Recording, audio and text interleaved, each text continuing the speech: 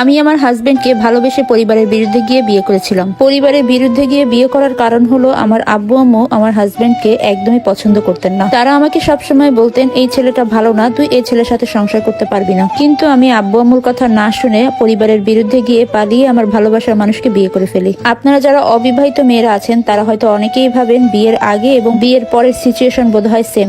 আমিও তাই ভেবেছিলাম। সারাদিন হাজবেন্ডের সাথে খাবো, ঘুরবো, গল্প করব, একসঙ্গে ঘুমাবো, অনেক অনেক গল্প করব।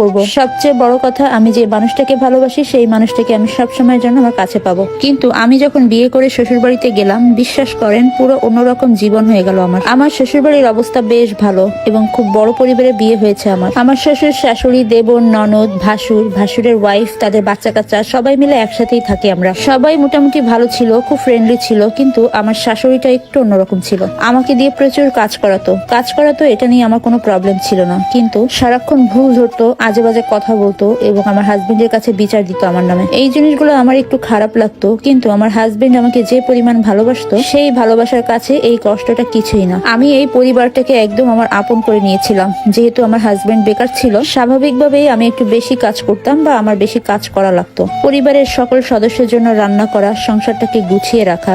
আমার শ্বশুর ছিলেন প্যারালাইজড রোগী, একদমই বিছানায় পড়া। শ্বশুর তো বাবার মতোই, আমি বাবার মতোই তাকে টেক কেয়ার করতাম, নিয়ম করে ওষুধ খাওয়াতাম। সবকিছু বেশ ভালোই চলছিল। কিন্তু কিছুদিনের মধ্যেই আমি প্রেগনেন্ট হই। আমার প্রেগনেন্সির খবর শুনে আমার শ্বশুর বাড়ির সবাই অনেক খুশি হয়েছিল, আর আমার খুশি তো কোনো শেষ ছিল না। পরিবারে নতুন একটা সদস্য আসতেছে, আর আমি তো মেয়ে, মা হব, এই খুশির যেন কোনো শেষ ছিল না। আমার হাজবেন্ড শুরুতে খুশি হলেও শেষ পর্যন্ত তিনি খুশি হতে পারেননি। আমার বাচ্চা পেটে আসার সাথে সাথে তার জব হয়ে যায়। সে অফিসের বিভিন্ন কাজে ব্যস্ত হয়ে পড়ে। মাঝে মাঝে সে এতটাই ব্যস্ত হয়ে পড়ে সে আমার কথাও ভুলে যায়। বিয়ের পরে হাজবেন্ডের সাথে গল্প করতে, মাঝে মাঝে সময় কাটাতে আমার খুব ভালো লাগতো। কিন্তু জানেন, বাচ্চা পেটে আসার সাথে সাথে আমার এই ভালো লাগা, ভালোবাসাগুলো যেন আরো বেড়ে যায়। সবসময় মানুষটাকে কাছে পেতে ইচ্ছা করে, অনেক অনেক গল্প করতে ইচ্ছা করে। কেন জানি মনে হতো মানুষটাকে সবসময় কাছে থেকে একটু দেখি। কিন্তু যতই দিন যেতে লাগলো, আমার হাজবেন্ড এই বিষয়গুলো নিয়ে একটু বিরক্ত হতে লাগলো। এই বিষয়গুলো আমাকে এত পরিমাণ কষ্ট দিত, যখনই কোনো কিছু বলতে যাই বা শুনতে চাই, সবসময় বলতো অফিসের কাজ করে এসে এখন অনেক টায়ার্ড, সে অনেক স্ট্রেসের ভিতর দিয়ে যাচ্ছে, সে পরে গল্প করবে, পরে কথা বলবে।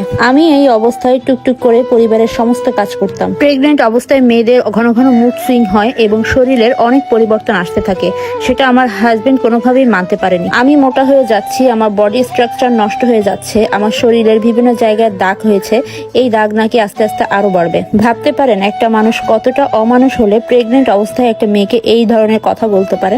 একটা সত্যি কথা কি জানেন, টাকা হলে মানুষের রুচির পরিবর্তন ঘটে, অনেক স্মার্ট হয়ে যায়, মানুষের মধ্যে অনেক আধুনিকতা চলে আসে। টাকা হলে মানুষ অতীত ভুলে যায়। একদম শূন্য হাতে যে মানুষটার পাশে আমি দাঁড়িয়েছিলাম, একরাশ মুগ্ধতা নিয়ে যে মানুষটা ভালোবেসে আমাকে বিয়ে করেছিল, সেই মানুষটার কাছে আমি একদমই পুরনো হয়ে যাই। টাকা হলে মানুষের টেস্ট চেঞ্জ হয়ে যায়। বিয়ের পরে যে মানুষটা আমার হাতের খাবার ছাড়া বাইরের খাবার খেতে চাইতো না, কিন্তু সেই মানুষটার টাকা হওয়ার পরে আমি ভালো রাঁধতে পারি না, আমি অগোছালো, আমি অনেক মোটা হয়ে গেছি, আমি তার পরিবারের কোনো খেয়াল রাখি না। আমি থাকা অবস্থায় তার বাবা দিনের পর দিন অসুস্থ হয়ে যায়। আমি ঠিক মতো কথা বলতে পারি না, অশিক্ষিত মেয়েদের মতো কথায় কথায় ঝগড়া করি। কত যে কমপ্লেন আমার বিরুদ্ধে বলে শেষ করা যাবে না। একদিন রাতে আমার হাজবেন্ড আমাকে ডেকে বলেন উনি আমার সাথে আর সম্পর্কটা ক্যারি করতে চান না, এই সম্পর্কটা আর রাখতে চান না। তার মুখের এই কথাটা শুনে আমি কি উত্তর দিব, আমি আমার মুখের ভাষা হারিয়ে ফেলেছিলাম। আমি কোন রকম কোনো কথার উত্তর না দিয়ে তার সকল সিদ্ধান্ত মেনে নিয়ে চুপচাপ তার সামনে থেকে চলে আসি। পরের দিন সকালে বাবা আমাকে নিতে আসেন। আমি রাতে বাবাকে ফোন দিয়েছিলাম। বাবা আমাকে দেখার পরে বাবার আর বুঝতে বাকি থাকে না যে আমি কি পরিমাণ শারীরিক এবং মানসিক নির্যাতনের শিকার হয়েছি এই বাড়িতে। সবসময় শক্ত থাকলেও বাবাকে দেখার পর কান্না আর থামাতে পারিনি। আমি একদম বাবাকে জড়িয়ে ধরে হাউমাউ করে কান্না করে দেই। আমি যেহেতু আমি প্রেগনেন্ট ছিলাম, প্রেগনেন্ট অবস্থায় ডিভোর্স হয় না। আমার বাবা আমার হাজবেন্ডকে বলেন আমার বাড়ির জিনিস আমি নিয়ে যাচ্ছি, তবে একটা কথা মনে রেখো, যে আল্লাহ দিতে পারেন সে আল্লাহ আবার কেড়েও নিতে পারেন। প্রেগনেন্ট মহিলারা সব ভুলে যায়, কিন্তু তার এই প্রেগনেন্সি টাইমে যারা তার সাথে খারাপ ব্যবহার করে বা তাকে কষ্ট দেয়, সেই মানুষগুলোকে তারা কখনোই ভুলতে পারে না। আমার ফুটফুটে একটা মেয়ে সন্তান আছে যার বয়স 3 বছর। আমার বাবা পরে আবার আমাকে বিয়ে দিয়ে দিয়েছেন একটা ডক্টরের সাথে। আলহামদুলিল্লাহ, সেখানে আমি অনেক খুশি। কিন্তু মজার ব্যাপার কি জানেন, আমার এক্স হাজবেন্ড এখনো বেকার। শুনেছি আজকাল নাকি বাইরের খাবারের টাকাও থাকে। নিঃস্বার্থভাবে যে মানুষগুলো মানুষকে ভালোবাসে, বিশ্বাস করেন মনের অজান্তে সেই মানুষগুলোই দিন শেষে সুখী হয়ে যায়। গল্পটি কেমন লেগেছে অবশ্যই কমেন্ট করে জানাবেন। সবাই ভালো থাকবেন।